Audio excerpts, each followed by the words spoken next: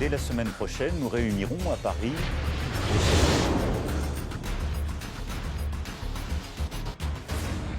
France के राष्ट्रपति Emmanuel Macron ने फ्रांस की जनता को संबोधित किया।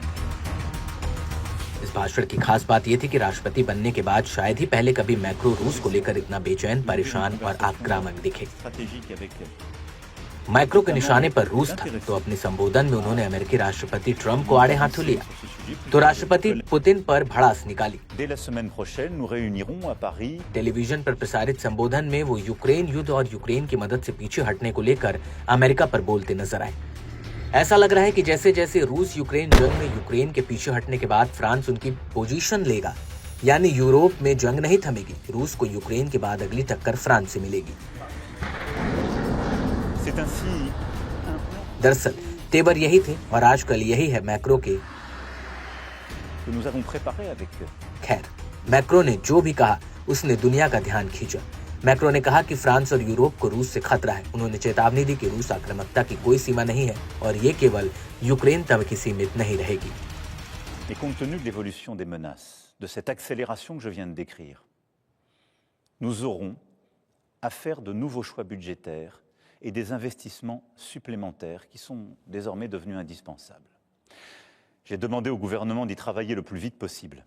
Ce seront de nouveaux investissements qui exigent de mobiliser des financements privés, mais aussi des financements publics, sans que les impôts ne soient augmentés. फ्रांसीसी राष्ट्रपति का रूस पर जुबानी हमला यूरोप में नई अशांति और अस्थिरता की तरफ इशारा कर रहा है। ये सोचने वाली बात है कि जो रूस इस समय अमेरिका के साथ मिलकर यूक्रेन से शांति समझौते की तरफ बढ़ रहा है, वो अचानक फ्रांस के लिए कैसे खतरा बन सकता है। क्या ये फ्रांस की नई रणनीति है कि वो अमेरिका के पीछे हटने के बाद खुद को यूरोप में सबसे बड़ा आका के तौर पर स्थापित करना चाहता है? पहले आपको बताते हैं कि मैक्रो ने अमेरिका के बदले हुए रवैये पर क्या कहा। मैक्रो ने कहा कि यूरोप को अपनी सुरक्षा के लिए पूरी तरह तैयार रहना चाहिए, ताकि यदि अमेरिका पीछे हटे तो महाद्वीप के देश स्वयं अपनी रक्षा कर सकें। Semaine prochaine, nous réunirons à Paris les chefs d'état-major des pays qui souhaitent prendre leurs responsabilités à cet égard. C'est ainsi un plan pour une paix solide, durable, vérifiable, que nous avons préparé avec les Ukrainiens et plusieurs autres partenaires européens et que j'ai été défendre aux États-Unis il y a 15 jours et à travers l'Europe. Et je veux croire que les États-Unis resteront à nos côtés. Mais il nous faut être prêts si tel n'était pas le cas. अब बात सिर्फ यहां तक नहीं रुकी, macro ने परमाणु हमले तक की बात कर डाली। दरअसल फ्रांस यूरोपीय संघ का एकमात्र परमाणु शक्ति संपन्न देश है। मैक्रो ने वो यूरोप को रूसी खतरों से बचाने के लिए फ्रांस की परमाणु परिशोध क्षमता के उपयोग पर यूरोपीय सहयोगियों से चर्चा करेंगे। उन्होंने कहा कि यूरोप की सुरक्षा को लेकर रूसी खतरे को देखते हुए फ्रांस अपने परमाणु हथियारों से यूरोपीय सहयोगियों की रक्षा के लिए तैयार है। मैक्रो ने कहा कि फ्रांस की ओर से यूक्रेन और यूरोप की हर मुमकिन मदद जारी रखी जाएगी। आपको बता दें कि परमाणु प्रतिरोध सिद्धांत कहता है कि परमाणु हथियार संपन्न राष्ट्रों पर हमला नहीं किया जाना चाहिए, खासतौर से परमाणु हमला, क्योंकि जवाबी परमाणु हमले की आशंका भी बहुत ज्यादा होती है। Ce que j'ai proposé, c'est d'ouvrir une conversation stratégique avec les États membres qui étaient intéressés à justement avancer sur ce sujet. Plusieurs de mes collègues sont venus me voir et donc maintenant on va ouvrir une phase où nos techniciens vont échanger. On va regarder exactement, on va ouvrir un dialogue à la fois stratégique et technique et se suivront des échanges au niveau des chefs d'État et de gouvernement pour regarder d'ici la fin du semestre s'il y a des coopérations nouvelles qui peuvent voir le jour.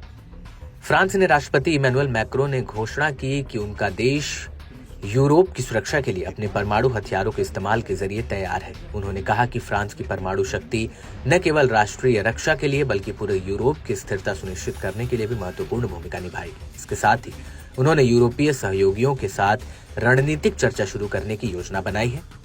Notre dissuasion nucléaire nous protège. Elle est complète, souveraine, française de bout en bout. Elle a, depuis 1964, de manière explicite, toujours joué un rôle dans la préservation de la paix et de la sécurité en Europe.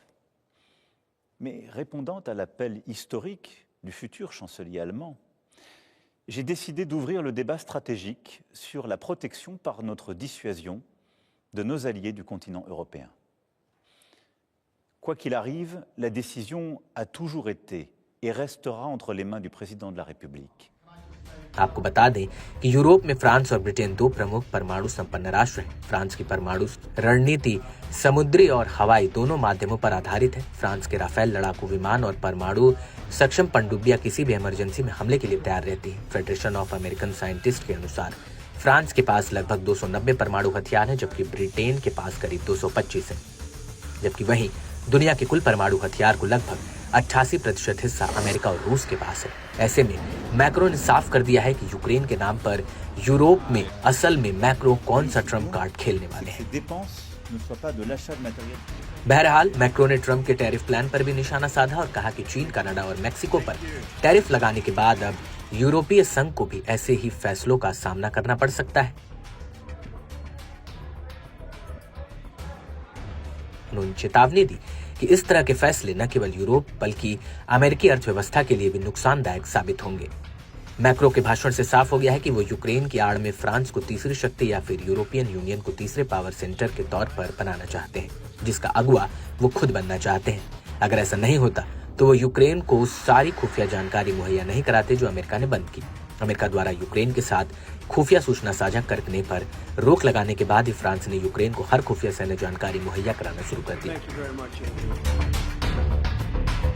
तो वहीं दूसरी तरफ Ukraine को अमेरिकी समर्थन पर रोक के बाद यूरोपीय नेताओं ने यूक्रेन के समर्थन में अपनी कूटनीतिक कोशिशें तेज कर दी। बहरहाल फ्रांस के राष्ट्रपति का ये बयान ऐसे समय में आया है जब अमेरिका से यूरोप के रिश्ते अच्छे दौर में नहीं हैं। Semaine prochaine, nous réunirons à Paris les chefs d'état-major des pays qui souhaitent prendre leurs responsabilités à cet égard.